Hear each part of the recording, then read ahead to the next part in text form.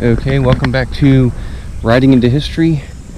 From the signs you can tell we are at Friendship Hill, which is Albert Gallatin's house, back in Fayette County, Pennsylvania. Here's the first placard on the sign. Albert Gallatin emigrated from Switzerland when he was 19 years old in 1780, and over the next 7 decades he served as congressman, secretary of the Treasury, treaty negotiator, ambassador, educator, and scholar.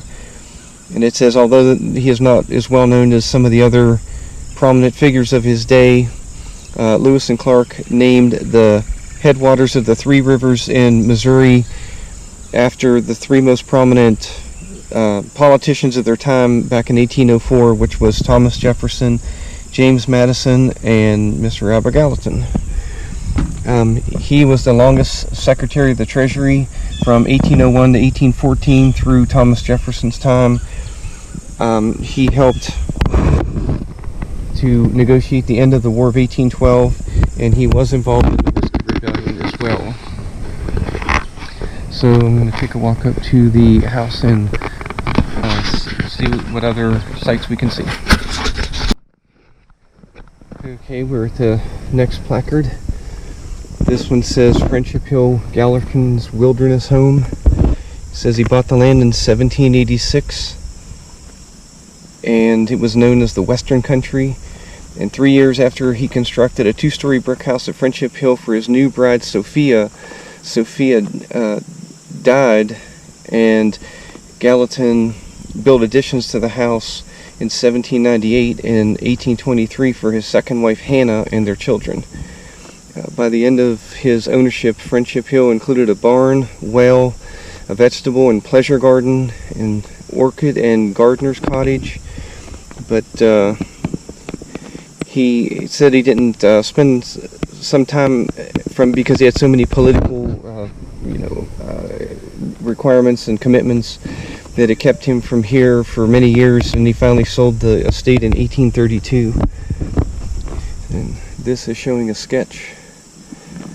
And this is the survey map.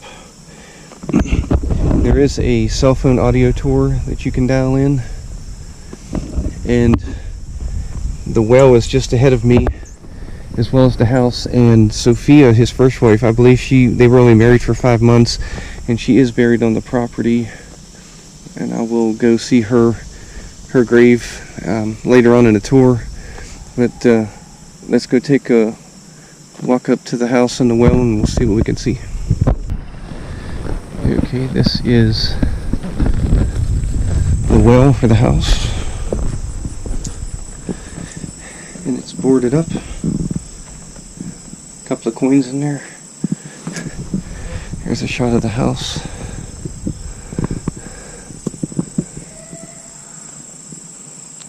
And it sounds like there's a party going on back there.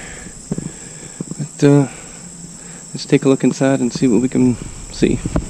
If you go north I'm of us, inside the main part of the house here where the rangers are at. Just going to film a couple things in So the... you won't get any left. Yep.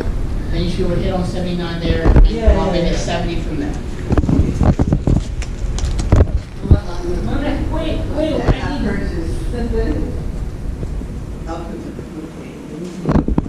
you want to go, when you go out here, make a left, you go above the New Geneva, the town of New Geneva. Right past there, you'll see a road that branches off to the left.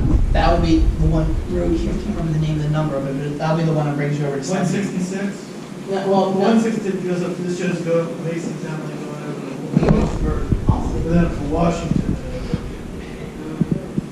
And you just tell them to go back to Uniontown. yeah, initially. Right above New Geneva that crosses over, goes across the bridge.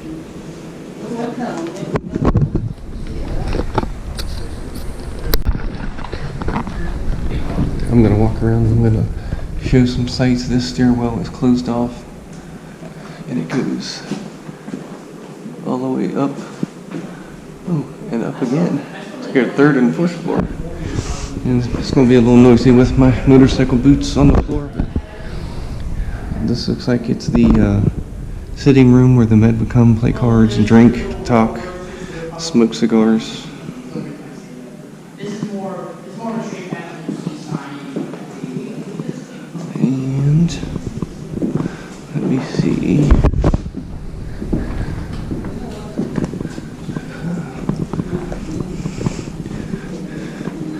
The theater.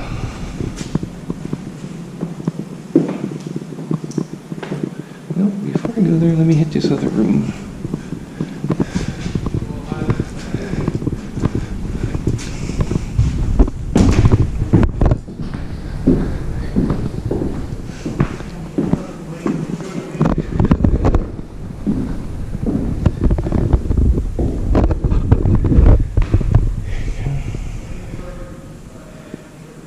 May have to pause it to read all that. I'm not going to read all that. It's another room with a big picture of Albert Gallatin.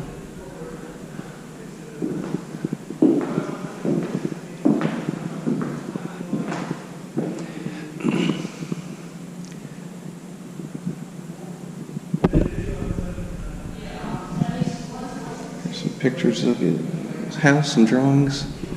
Looks like the Swiss flag, maybe.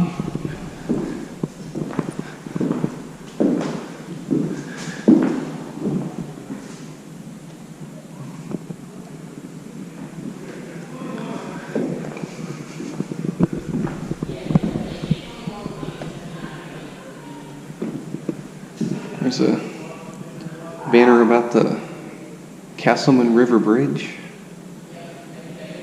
It says it was built 1813, 1814. And it's now open to pedestrian traffic only.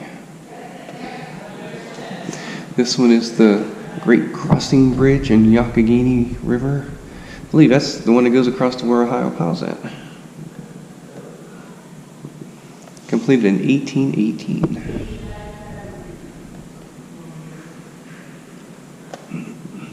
It says President James Monroe and several Revolutionary War veterans were in attendance.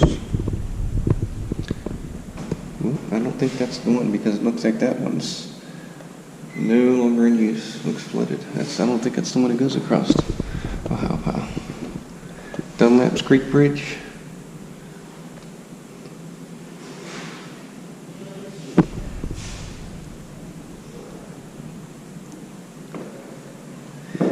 This wooden, it says the wooden covered bridge completed in 1830 spanned the Monongahela River connecting Lower Brownsville, then known as Bridgeport, to West Brownsville.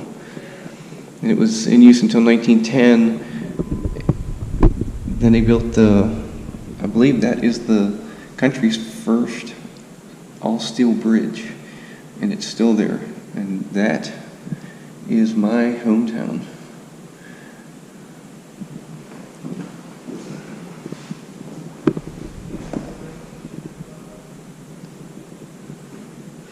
This one here is the S bridges and stone arch bridges, built from native sandstone.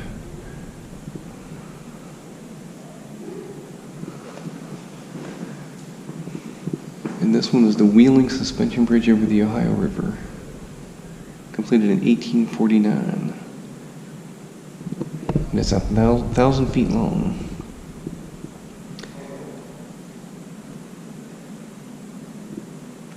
It says in 1854, a violent windstorm twisted and destroyed the bridge deck.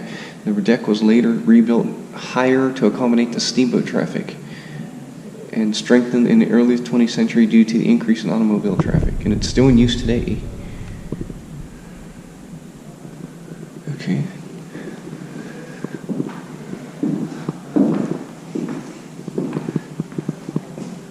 Another picture of the smoking room. And let's head back to the theater. Okay, before I make my way back, the theater is back that way. So before I go that way, I'm going to check out some displays here, some glassware, and some forging tools.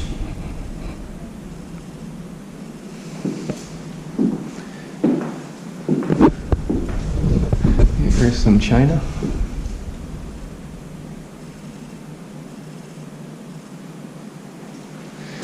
It says it's Hannah's China, July 27th, 1811. He said this is the china that his second wife Hannah ordered from Canton, and they didn't know whether to send it to Washington or to Friendship Hill.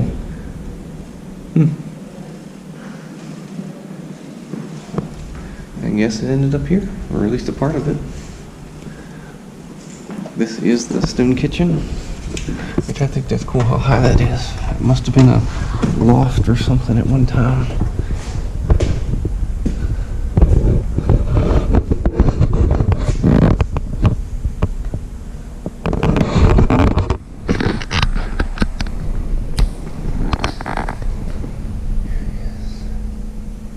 That is some squash and carrots, apples, and such that they would have found, grown and found locally, used at the time for their nutrition. Now to me that looks like that burned wooden, unless they put that there. I'm not sure. You could see the markings above where there must have been a second story. Or like I said, at least a loft. Here's the kitchen cabinetry with the peterware.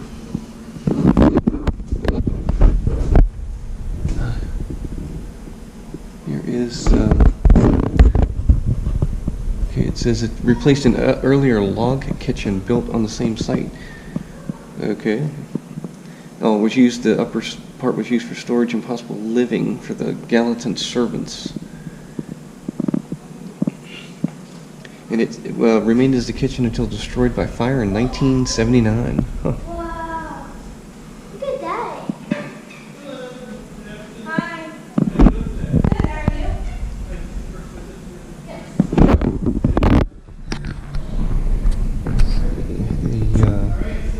The historic importance of the home took root in the mid-20th century as members of Thompson and Martin families opened their home for tours. And then some people who formed the Friendship Hill Association pushed to preserve the site as a national park. And it became a historical site in 1978. Here's just a wooden cask. Get to the next one.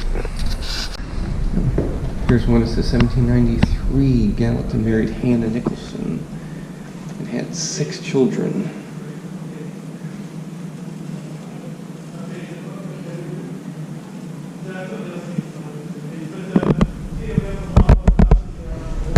Says he was also involved with the Louisiana Purchase, Lewis and Clark expedition, building of the National Road, which is Route 40, redesigned the Treasury Department, worked on the Peace Commission, which negotiated a Treaty of Ghent at the end of the War of 1812, and he was Minister to France.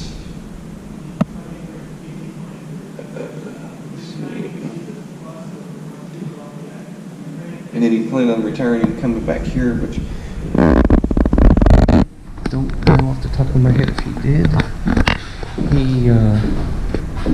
I know he did retire in New York, and he's buried in New York. But this must have been the main entryway where he would greet the guests. Another stairwell that goes up. That one's only looks like 3 floors. So the other one had that extra 4th floor, but.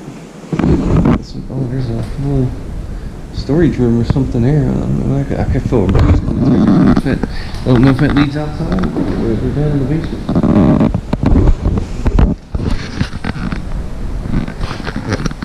He was as you can see, he was a surveyor, and establishing his Friendship Hill Farm 1786, and he started cultivating the home and his life here.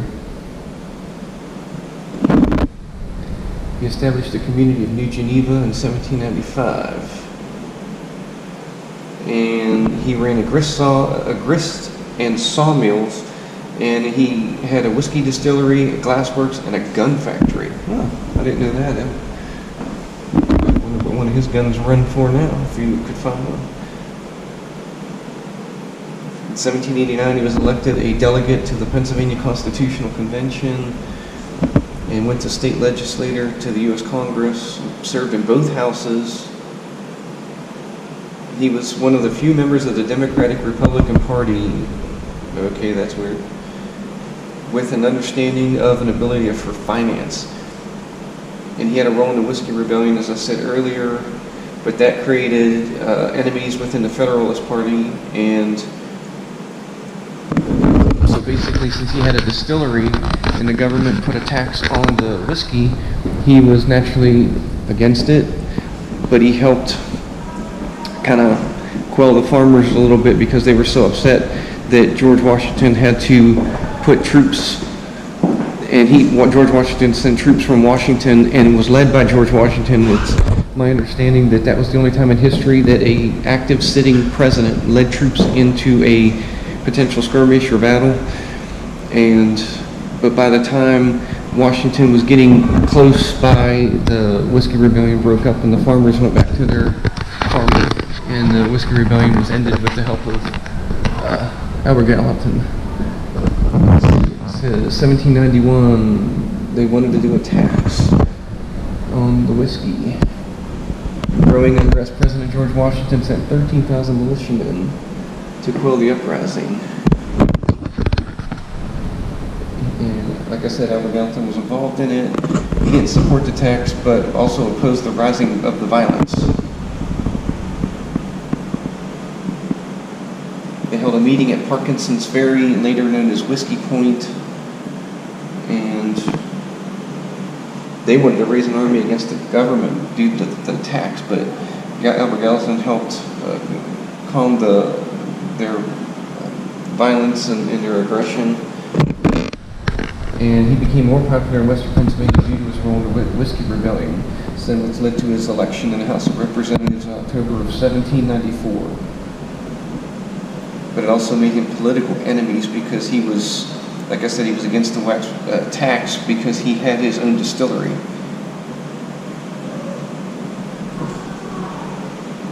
And Albert Gallatin himself said that his involvement with the Whiskey Rebellion was his only political sin. Here's some of the, they used to build the walls in those days, put the wood. Here is a small table with some fork, knife, and a spoon, and some drinks and a candle. Let me see what else I can find. Yep, let's go upstairs. Mom, let's go upstairs. I want to look at different stuff. Oh, we're following you, okay? I'll let you know if I see any ghosts. So, this is the upstairs. Yep. I was here one time when I was all by myself, and it is a little spooky. I'm sure. Yeah, it freaks me out. This is the bedroom of a woman. Yes, and the door's probably broken. What happened here? Sophia Allegra. It's his first wife. And it's her mother was furious that she was going to marry Albert Gallatin, and she ended up doing it anyway, eloped in May of 1789 and arrived at Friendship Hill. And it says here only a few days into her marriage, Sophia penned a letter to her mother saying roughly that so she was sorry that she had eloped, not for regret for marrying Albert Gallatin, but for hurting her mother's feelings, and she was trying to make amends and for any future children they may have, that they would become closer, so that she could share her mother's Sophia's children with her mother. So basically, her mother's grandchildren. And unfortunately, though, I believe it's just 5 months into the marriage that Sophia had died, and I don't know where she died from, but her grave is on the property. And I did hear from one of the other rangers at one time that he said that they're not even sure if that is where she is at, because when I get there, you'll see the gravesite is so much bigger than what a human grave would be, and it was the wall around it was built in the late 1800s, from what I was told by the ranger, and there's no headstone there. And so I was curious of which way she's laying, and that's when he told me, he said they're not even sure if she's even buried there. He said the future families that lived there had horses, and he said it could even be a horse in there. So I'd like to see if they would ever do like ground penetrating radar, the GPR or something, just to see if she's there, just to finally put her to rest. So it's kind of sad that, you know, she left her mother to marry him, and then she only lived 5 months. So it would be nice as a memorial to Sophia, just to have a final resting place and to be remembered. This is a picture of one of the beds in the room with the chamber pot. It's good scroll work, and I noticed that the closet is very narrow and thin, and I have another video that I'm working on when I go to the Bowman's Castle in Brownsville, and the closets are very narrow there, and the guide had told me that the reason they were built that way is for tax reasons, that the larger the closet, the more you're taxed, so they had very thin, narrow closets to avoid the tax. So let's see what we can move on to. Okay. We're looking downstairs to where one of the places, up the creepy steps in the dark.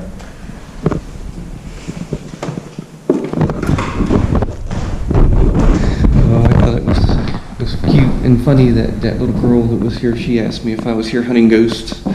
And I said, no, I'm doing videos for national parks, to bring awareness to national parks and stuff, so people could enjoy it and even realize that these are even here in existence, to, you know, come and see them. But I thought that was cute that she thought I was here hunting ghosts. But I did tell her if I see one, I'll let her know. Here it is. The Gallatons had 6 children by his second wife. And I thought that was kind of cool that it was Catherine 1801 and Sophia in 1804. So he named his second child after his first wife. And then Hannah died in infancy. And then the surviving children were Albert, Rolas, and Francis. It says he was never happy when he was separated from his family. He was a devoted, caring parent, but it was very absent from his children, and especially during the early years.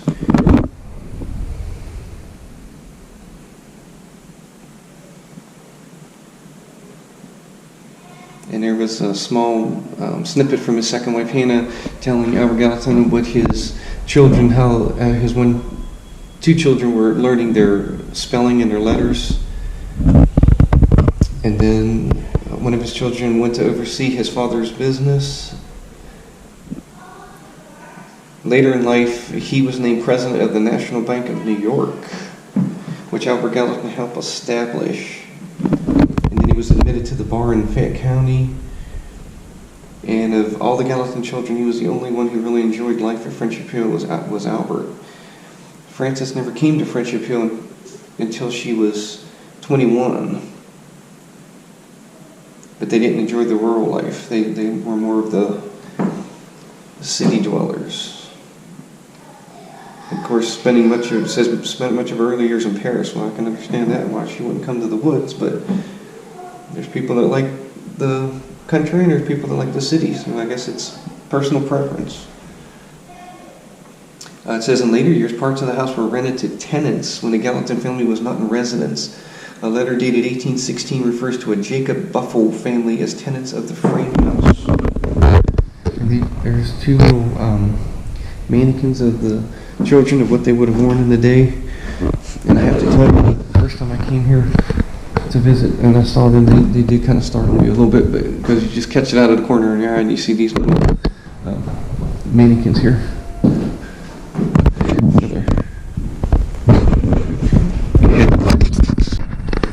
Okay, I was just doing a quick shot out the window here. I can't go out on the balcony, but it was just a picture of the little balcony. And there's stairs there that go off up to another little balcony.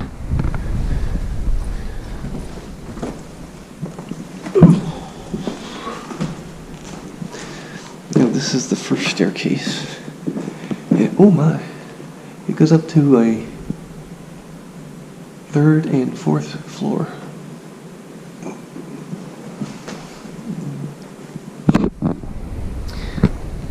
People used to make some cool looking staircases in the day. Here's the upper porch. You can see it down on the lower porch down there. Let's see what's in here.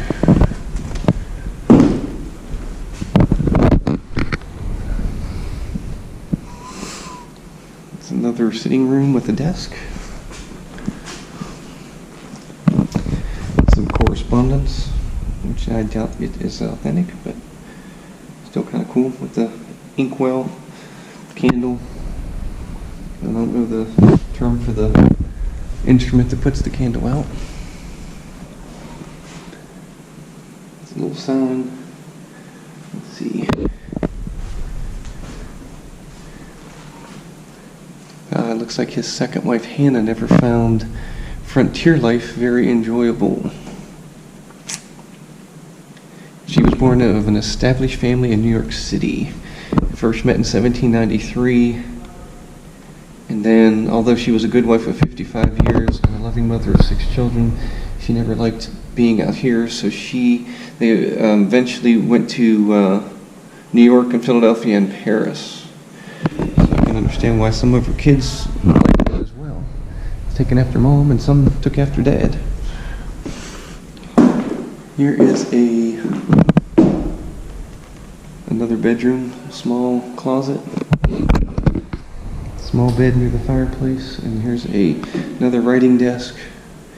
But this wasn't like this the last time. I noticed there's some water damage over the roof. Probably why you can't go upstairs.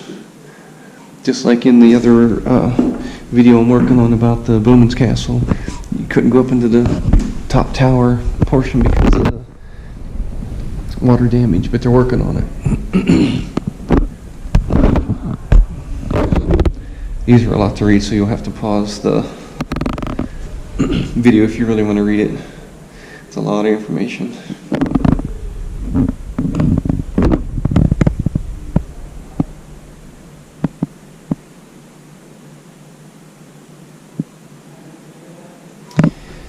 It says this statement was attributed to Lafayette by British abolitionist Thomas Clarkson and published in the Liberator in 1846.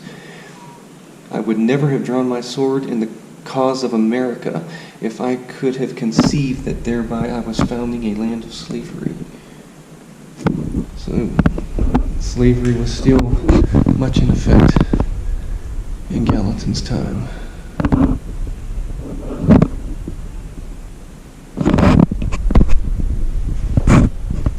And like I said, this has a lot to read. It's a lot of information, so you'll have to pause that.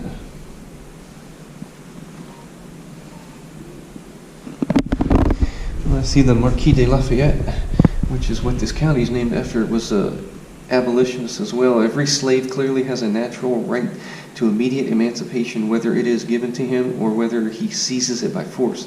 This cannot be doubted. Marquis de Lafayette, May 11th, 1823. It was 24 years after Washington's death. Washington died in 1799. This is Yorktown.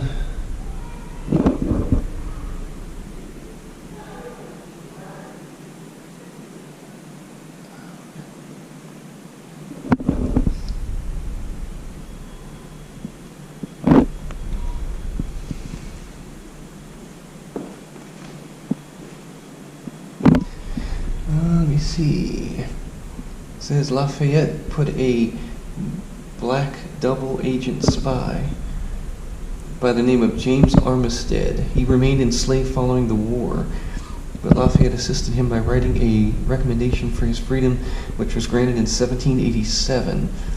In gratitude, James adopted Lafayette's surname. This oil on canvas was painted by John B. Martin around 1824. That is cool.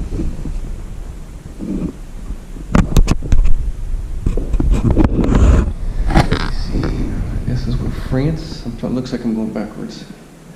France is supporting the war. They're getting in on the action to help out.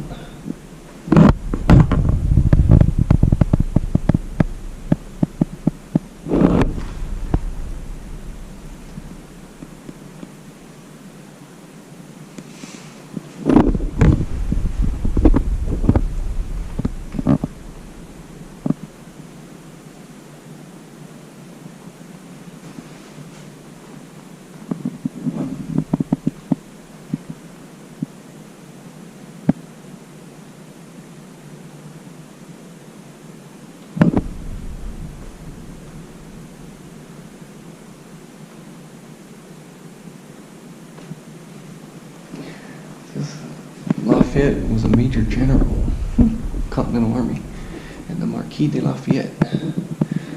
Washington took a liking to Lafayette as his kind of his son, because Washington couldn't have kids, and my personal belief is because Washington had a case of smallpox when he was younger, when his older brother had it, and it usually leaves you sterile, so he couldn't have children, and that's, or at least he and Martha never had children. That's my understanding is why he could not have children, but which is why he kind of unofficially adopted Lafayette as his son and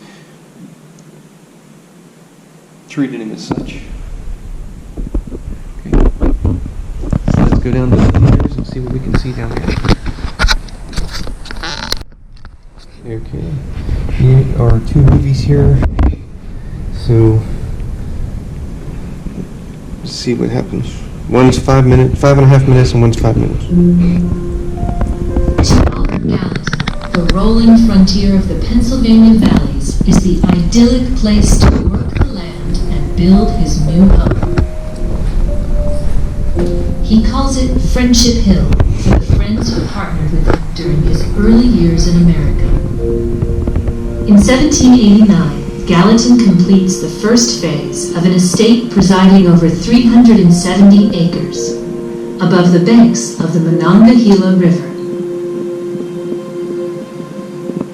The original house, built of brick in the Federalist style, was just 2 stories tall.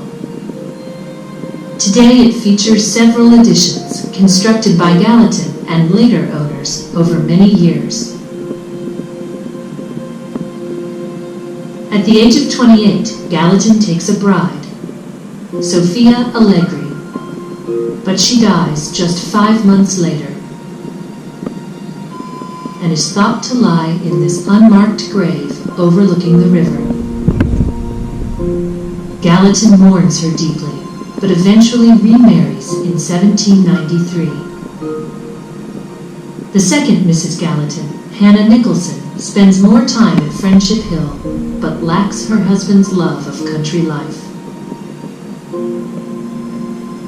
To accommodate their growing family, Gallatin enlarges the house. He adds a simple framed dwelling, featuring a first-floor dining room and an upstairs bedroom for sons James and Albert Rolaz. The entire house is constructed from locally milled and quarried materials. Through several windows of history, one can glimpse the evolution of building techniques that improved Friendship Hill over the years. In the large parlor, 2 centuries of restored flooring and the original subfloor are visible. Exposed pockets in the timber frame reveal brick infill, providing insulation behind the clapboard exterior. Gallatin was never a very successful farmer, but as a Democratic leader of Western Pennsylvania, he used his graceful and isolated home to entertain notable guests, including American Revolutionary hero the Marquis de Lafayette. In the 1790s, Gallatin is elected to the U.S. Congress. Much to Hannah's relief, the family departs Friendship Hill to join her husband in the new nation's capital. During his service to the country, the family rarely returns. Appointed minister to France in 1816, the Gallatins spent 7 years overseas. While away, Gallatin asked his son, Albert Rolaz, to oversee the building of an addition at Friendship Hill. What results is this 3.5-story stone house with a wraparound porch. Though grand and featuring a cantilevered walnut staircase, the addition is not situated as the elder Gallatin instructed, nor is it even connected to the original building. Gallatin corrects this defect by building a 1-story passageway. In 1824, he replaces the original log cabin kitchen with a larger one of stone. This is the last addition of the Gallatin era. Gallatin sells Friendship Hill in 1832. The house passes through 6 other families and acquires a south bedroom wing, servants' quarters, and state dining room.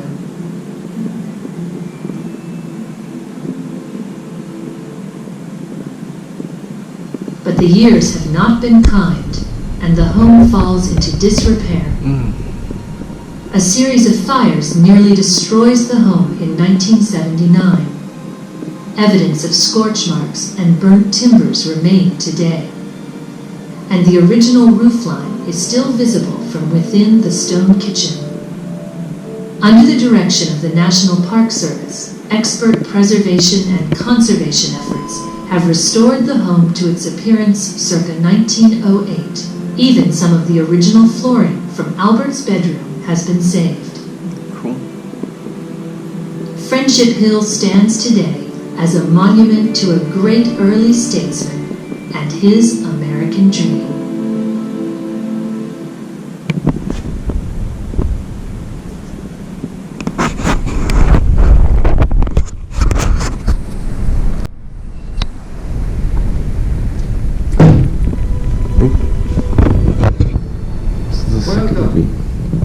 Welcome to Friendship Hill. I am flattered greatly by your presence. The simple house that you visit today fostered my happiest memories and witnessed my darkest moments. Here I sought fortune and adventure. Yet this place, once so dear to me, became the home of unrealized dreams. And I was the dreamer. Abraham Alphonse Albert Gallatin. In my youth, the romance of America was too powerful to resist. With good friends and few funds, I left my native Switzerland forever to explore the American frontier. As an itinerant surveyor, I saw the raw potential and beauty of this primeval place. The land was vast and wide, full of promise for men with vision. And mine was to build an industrial community, New Geneva. I acquired land overlooking the Monongahela River. Friendship Hill, the hope of my American dream. I had the good fortune to find a loving wife, Sophia, but tragedy denied my love. Mourning my loss, I devoted myself to public service. I was anxious to serve our new republic. In time, Hannah Nicholson became my wife and lifelong companion. By then I was embroiled in the Whiskey Rebellion. To my great regret, I was unable to moderate the violence. Thereafter, I became an active anti-federalist and proudly led the fight in Congress to elect Thomas Jefferson as our third president. I then became Secretary of the U.S. Treasury. Now some say I served too long, almost 13 years in fact. But I do take pride in reducing the national debt and financing the Louisiana Purchase. For America, these were exciting times of progress and expansion. But for the Gallatin family, a time of great sorrow. And 3 of our 6 children died in infancy. But I put my sadness behind me as I sailed for Europe to help negotiate the end of the War of 1812. After this modicum of diplomatic success, I accepted an appointment as Minister to France. After years of foreign service, friendship news still beckoned. Yet, my neglected enterprises had failed, and my family had become too accustomed to city ways. I was compelled to sell. But I have never lost sight of my friendship here. The evening of my life was devoted to banking and my interests in education, history, and ethnology.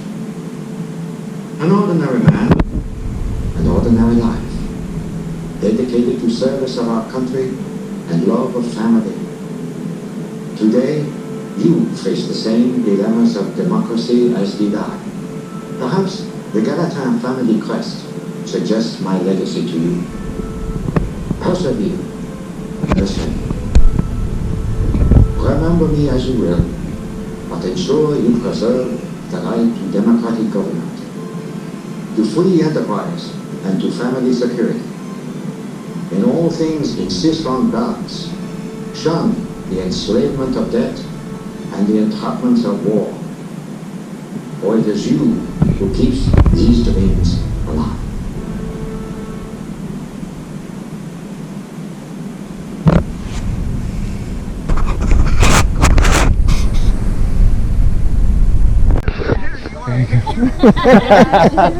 Look at this. That's pretty cool. What is it? My GoPro 5. Oh, that's neat, man. Me more now that I'm not with her. That's awesome, dude. Thanks a lot. Yeah, no problem, man. I don't have any. Well, how awesome was that? A surprise visit by Mr. Bigfoot himself. Sorry I didn't have any Slim Jims or any kind of things like that. I'm messing with Sasquatch, but it's nice to get a little cameo there with Mr. Sasquatch. So let's continue on.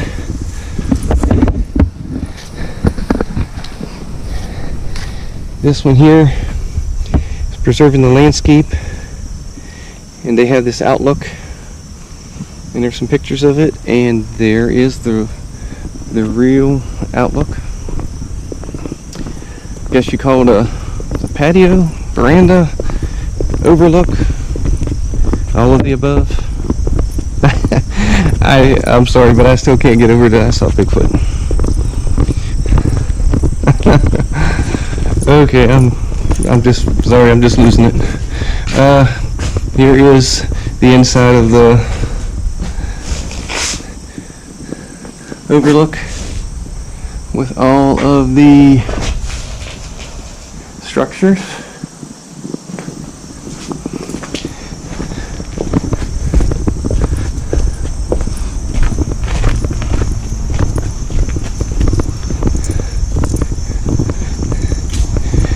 And that is a look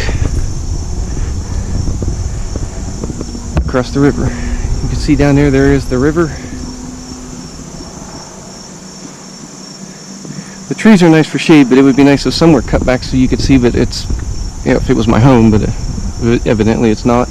Obviously, it's a national park, but if I lived here, it'd be nice to have some of these trees cut down so you could see up and down the river. And I don't foresee the Park Service giving me the house, so I just gotta live with that for now. And there's some houses across the way, so let's go down and see Sophia. She is down that way, and as the movie was stating, she may or may not be in there. Because as I get down there, you'll see that it is a very big area for a human grave. So with that being said, let's go down there and look, and I'll let you judge for yourself. But if they would ever find out that if it's truly not her, I hope they would try to make some efforts to at least attempt to find her, just to give her a marker and some peace, and and to finally know where she's at. So just for her sake, because it seemed like she got a raw deal out of life. She eloped, and then 5 months into the marriage died, and her mother told her not to do it, but she did it anyway. And same old story as it plays out through time, But I'll stop rambling and let's go down and we'll see where she's believed to be at rest. So let's go. Okay, I'm at the first placard. Sophia Alegre Gallatin. It's his first wife, and I think we've seen videos and stuff about her already, talking about her and stuff. And there's the other. If you want to pause the video, it's a little lengthy, but it's a snippet from the letter that she had written her mother to say how she didn't want to hurt her mother's feelings, but she was in love with Albert Gallatin and hoped that they could all make up and be friends for the sake of any future children. But as we all know, that she did not last more than 5 months before she died. And it had to have been disease, because never heard of anything about her being pregnant and having any complications with that. So it was probably maybe like a flu or maybe even something in the water, some bug or something. So let's continue on and we'll get back on her when we get to her site.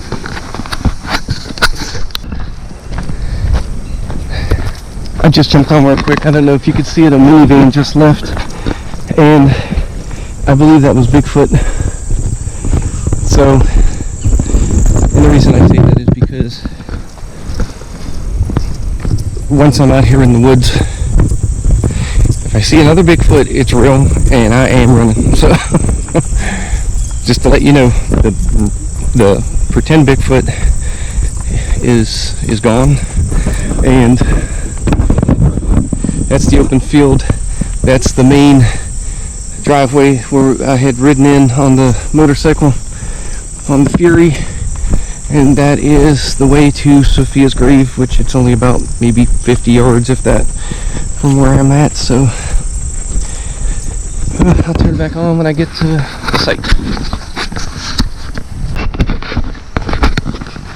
Okay, we made it to her grave site, and like I said before, it's way bigger than a human grave. So here, I'll let you see it. The ranger, when I was here before, had told me that this wall, from what they can tell with the construction, that it was put in the late 1800s. I believe, I don't remember from the placards, but if it was when Sophia died. But it was the 1830s, maybe as earlier. So this wall was put in maybe 50 years after her death, which is why they aren't sure it's her, and it's so big, as you could tell. But one of the rangers had told me that it may be even believed that there's a horse in there. But now that I look at it, I don't know if you could fit a horse in there. I mean, I guess you could. I mean, once he'd be a little snug in there, but I don't know if Sophia's there, and as you can see, there's no headstone either way. So if she is in here, I'm not sure which way she's even lying. And like I said, it'd be nice if they could make some efforts to see if it's really her in here, or if not, to make some efforts to maybe find where she's at, because I think one of the rangers had told me that in the past that she may have even be buried like right near the house somewhere.